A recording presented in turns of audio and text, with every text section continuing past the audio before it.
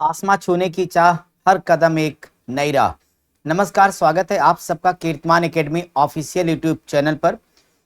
मैं आप सबके लिए आज का जो शानदार सेशन लेकर आया हूं, समसामयिकी क्रॉनिकल सितंबर महीने के अंतर्गत बच्चों, हम लोग आज वाली इस क्लास में पूरा कंप्लीट सितंबर महीने का आर्थिकी जितना भी आपके एग्जामिनेशन के लिए इंपॉर्टेंट है वो सारा एक ही वीडियो में कवर करेंगे।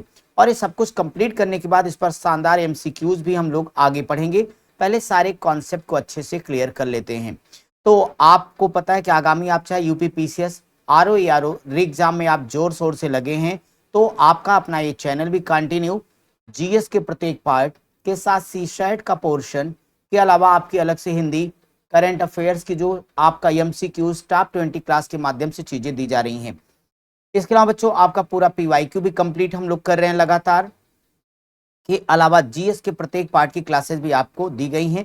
सारी प्लेलिस्ट बनी, वहां से देख लीजिए। फिलहाल आज की क्लास तो आर्थिकी पर आधारित है, तो आइए देखते हैं कौन कौन से महत्वपूर्ण मुद्दे हैं, उनको समझते हैं।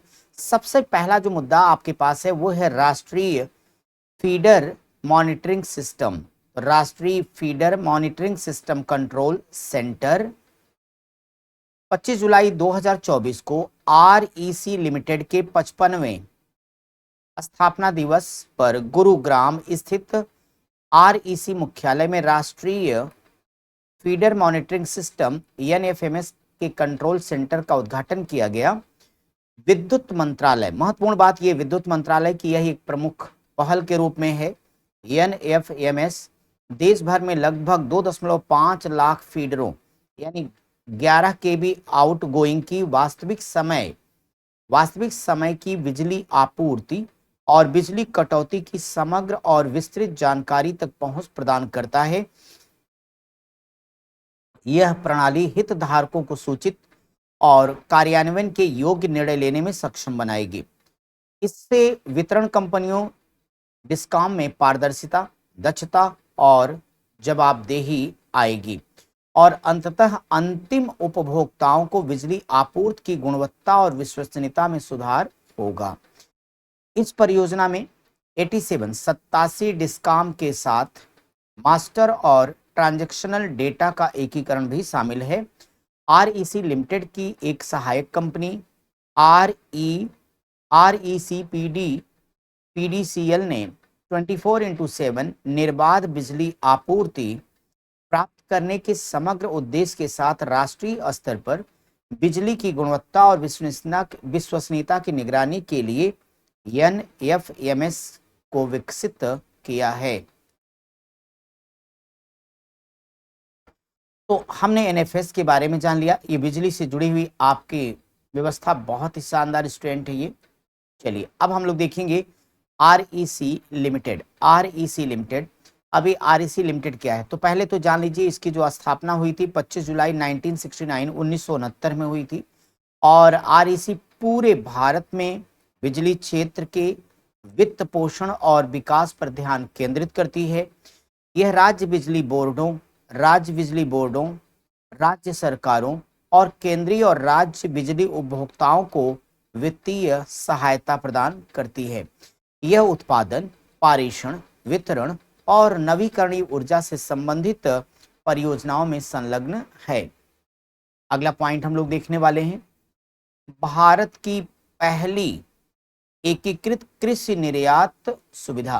तो भारत की पहली एकीकृत कृषि निर्यात सुविधा जुलाई 2024 में केंद्रीय बंदरगाह, जहाज रानी और जलमार्ग मंत्री सर्बानंद सोनोवाल, आपको इनको जानते होंगे बच्चों। सर्बानंद सोनोवाल कौन है ये बच्चों असम या असम के फॉर्मर चीफ मिनिस्टर, ये असम के पूर्व मुख्यमंत्री रह चुके हैं। ये जो वर्तमान मुख्यमंत्री हेमंत बिश्व शर्मा, इनसे ठीक पहले।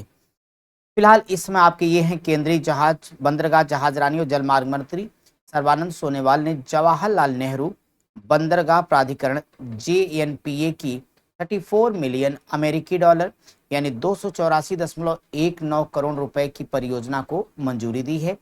इसके तहत PPP मॉडल पर भारत की पहली निर्यात आयात सह घरेलू कृषि वस्तु आधारित प्रसंस्करण और भंडारण सुविधा को विकसित किया जाएगा। इस सुविधा का उद्देश्य रसद को सुव्यवस्थित करना, हैंडलिंग चरणों को कम करना और कृषि उत्पादों की सेल्फ लाइफ को बढ़ाना है। इससे कृषि वस्तुओं के लिए मूल्य निर्धारण में वृद्धि, रोजगार सृजन और क्षेत्र में विकास को समर्थन मिलने की उम्मीद है, जिससे किसानों और निर्यातकों को लाभ होगा। साथ ही साथ ग्रामीण विकास को भी बढ़ावा मिलेगा। यह गैर बासमती चावल, मक्का, मसाले, प्याज और गेहूं के निर्यात को संभालेगा और मुंबई के बाहर मांस और समुद्री उत्पाद निर्यातकों को सहायता प्रदान करेगा। इसकी अनुमानित निर्यात क्षमता 1800 मीट्रिक टन का, फ्रोजन स्टोर 5800 मीट्रिक टन का, कोल्ड स्टोर और 12,000 मीट्रिक टन अनाज और सूखे माल के लिए ड्राई वेयर हाउस शामिल है। महाराष्ट्र में जेएनपीए देश का पहला प्रमुख बंदरगाह जो पूरी तरह से पीपीपी मॉडल पर काम कर रहा है। अब हम लोग देखेंगे कि एंजल टैक्स को समाप्त करने का प्रस्ताव। एंजल टैक्स को समाप्त करने का प्रस्ताव एक इम्पॉर्टेंट फैक्ट है आपके आरओ और पीसीएस दोनों एग्जामिनेशन के लिए। तो आप जरा देख लेते कि एंजल टैक्स है क्या और इसे समाप्त कर रही है अब सरकार। 23 जुलाई 2024 को केंद्रीय वित्त मंत्री ने संसद के केंद्रीय बजट 2024-25 को पेश करते हुए निवेशकों के सभी वर्गों के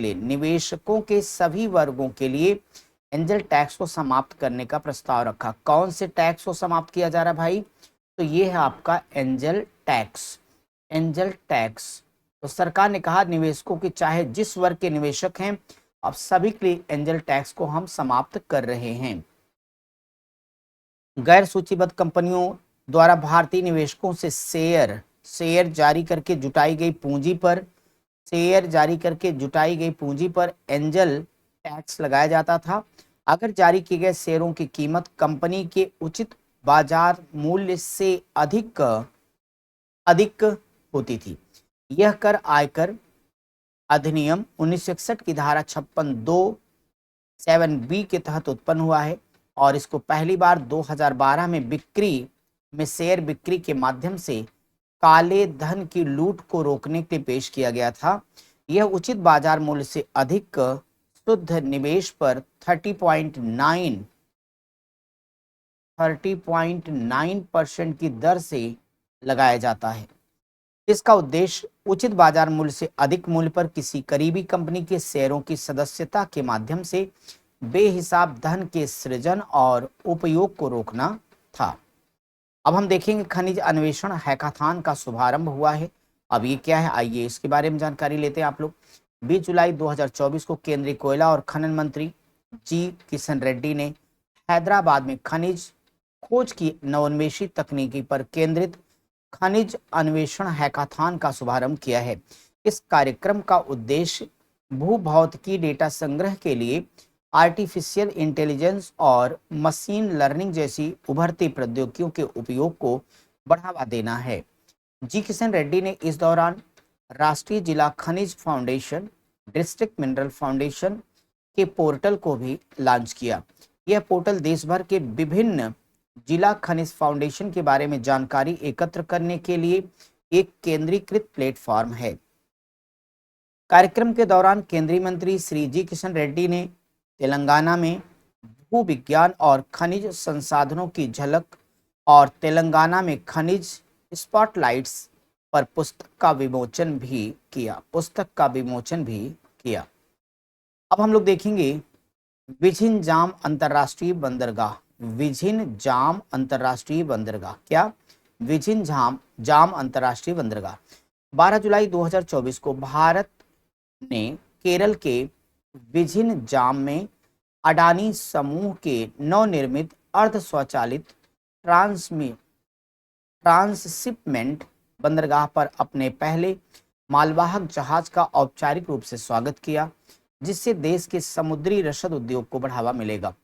11 जुलाई 2024 को पहला मदरशिप सैन फर्नांडो विझिंजाम अंतर्राष्ट्रीय बंदरगाह पर पहुंचा और 4 टगों द्वारा उसे जल सलामी दी गई।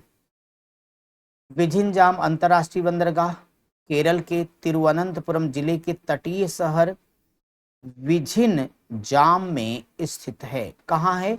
विझिनजाम में स्थित है।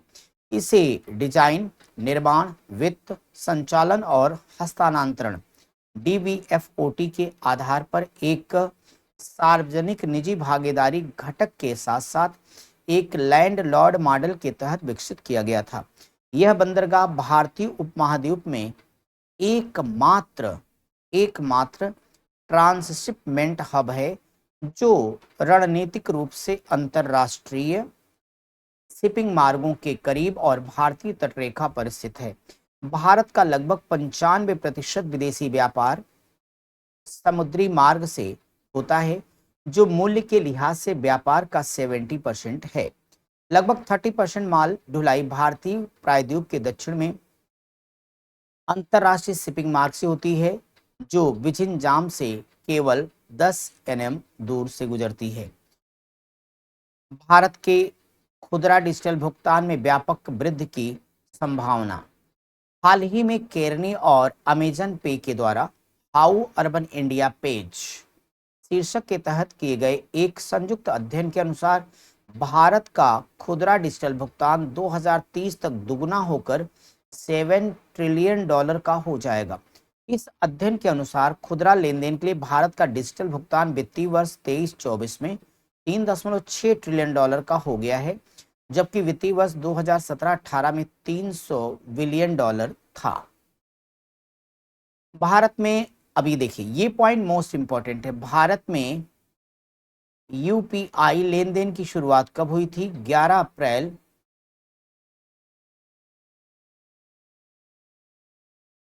2016। आप इस पॉइंट को नोट कर लेना, वेरी वेरी इंपॉर्टेंट है। यूपीआई की शुरुआत कब हो रही? 11 अप्रैल 2016 को 16 को। वित्तीय वर्ष 17-18 से 23-24 तक यूनिफाइड पेमेंट इंटरफेस यूपीआई आधारित लेन देन में 138% की वृद्धि देखी गई है। रिपोर्ट में यह भी कहा गया कि भारत का ई कॉमर्स बाजार 2022 में 75 से 80 बिलियन डॉलर का था, जिसके 2030 तक 21% बढ़ने की संभावना है, 21%। एडीबी, एशियाई डेवलपमेंट बैंक एडीबी द्वारा भारत की जीडीपी वृद्धि दर का अनुमान 7%। चलिए देख लेते हैं। 17 जुलाई 2024 को एशियाई विकास बैंक एडीबी ने अपनी नवीनतम एशियाई विकास परिदृश्य एशियन डेवलपमेंट आउटलुक रिपोर्ट में वित्त वर्ष 2024-25 के लिए भारत की जीडीपी वृद्धि दर का अनुमान 7% कंटिन्यू रखा है, यानी बरकरार रखा है।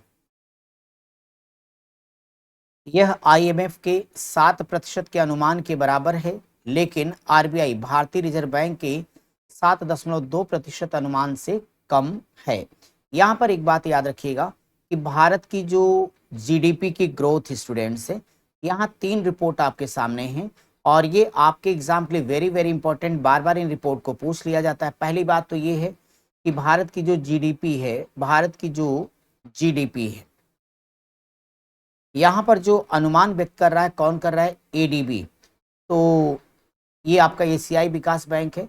तो एडीबी का कहना है कि भारत की जो आगामी वर्ष 2024-25 की बात चल रही है, 2024-25 के लिए इनका ये कहना है एडीबी का कि तो 7% रहेगी बच्चों। वहीं पे IMF का एक अनुमान है कि 7% रहेगी। वहीं हमारे आरबीआई का अनुमान है कि नहीं भाई, ऐसी कोई बात नहीं है, हम तो 7.2% होने वाले हैं। अब ये तीनों डेटा आप लोग अपने मन में कॉपी पर अच्छे से नोट कर लेना कि एडीबी और आईएमएफ का 2024-25 के लिए भारत की जीडीपी का जो अनुमान है वो इक्वल है 7% का, वहीं आरबीआई का 7.2% का है। आपको दोनों डेटा याद रखना चाहिए। चलिए अब हम देखेंगे भारत के औद्योगिक क्षेत्र में विनिर्माण और निर्माण में मजबूत मांग के कारण मजबूती से वृद्धि होने का अनुमान है। सामान्य से बेहतर मानसून के पूर्वानुमान के बीच कृषि में सुधार की उम्मीद है, जबकि सार्वजनिक निवेश के नेतृत्व में निवेश की मांग मजबूत बनी हुई है। रिपोर्ट में विकासशील एशिया और प्रशांत क्षेत्र के लिए अपने आर्थिक विकास पूर्वानुमान को 4.9% के के पिछले अनुमान से थोड़ा बढ़ा करके 5% कर दिया गया है। अब हम लोग देखने वाले हैं ड्रेनेज सेंडिमेंट्स के मूल्यवर्धन पर शोध प्रस्ताव को मंजूरी। 13 जुलाई 2024 को पत्तन पोत परिवहन और जलमार्ग मंत्रालय ने ड्रेनेज सेंडिमेंट्स के मूल्य संवर्धन पर एक शोध प्रस्ताव को मंजूरी दी है। ड्रेनेज सेडिमेंट्स झीलों, नदियों, बंदरगाहों और अन्य जल निकायों के तलछट में जमा गाद, अपशिष्ट आदि के मूल्यवर्धन से आशय सिविल इंजीनियरिंग व अन्य प्रयोजनों के लिए कच्चे माल के रूप में इस तलछट के पुनः उपयोग करने से है। इस शोध परियोजना को भारतीय प्रौद्योगिकी संस्थान बॉम्बे IIT बॉम्बे द्वारा 3 वर्षों की अवधि के लिए क्रियान्वित किया जाएगा। इस शोध का प्राथमिक उद्देश्य ड्रेस्ड सेडिमेंट्स को विभिन्न निर्माण क्षेत्रों में इस्तेमाल के योग्य बना करके उसका मूल्यवर्धन करना है। इस नौनवेशी दृष्टिकोण का लक्ष्य ड्रेस्ड सेडिमेंट्स, जिसे आमतौर पर अपशिष्ट माना जाता है, को एक मूल्यवान संसाधन में परिवर्तित करना है ताकि इससे सतत विकास और पर्यावरण संरक्षण में योगदान मिल सके। ड्रेस्ड सेडिमेंट्स को उपयोगी निर्माण वस्तुओं में बदल करके पर्यावरण संबंधी समस्याओं का निदान और संसाधनों का कुशलतापूर्वक उपयोग सुनिश्चित किया जा सकता है।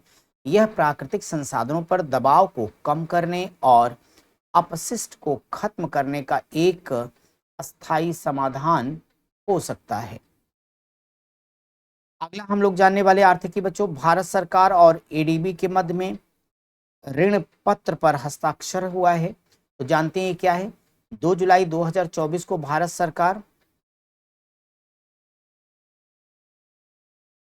सरकार और एशियाई विकास बैंक ने $170 मिलियन के नीति आधारित ऋण पत्र पर हस्ताक्षर किया है।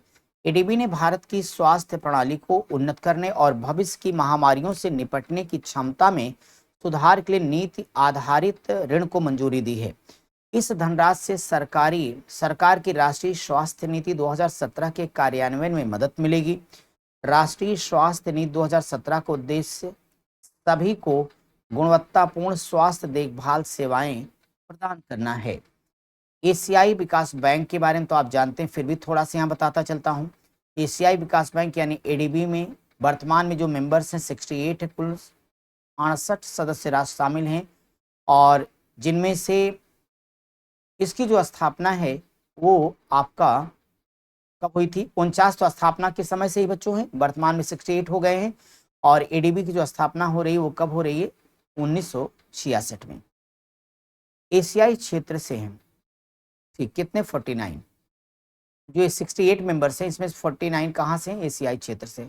इसके वर्तमान अध्यक्ष हैं मासात्सुगु आसाकावा और इसका मुख्यालय फिलीपींस के मनीला के वाडलुंगयांग में स्थित है। बच्चों ये था आपका आर्थिकी वाला पोर्शन सितंबर महीने का, जिसमें आपने देखा जितने भी इंपॉर्टेंट तथ्य थे उनको पूरे विस्तार से हमने यहाँ पर कंप्लीट किया है। अब हम आपको आगे मिलेंगे, जैसा कि आपको क्रॉनिकल मैगजीन का प्रत्येक टॉपिक हम कवर करें ताकि आपकी चीज़ें पूरा डिटेल में आपकी तैयारी हो जाए।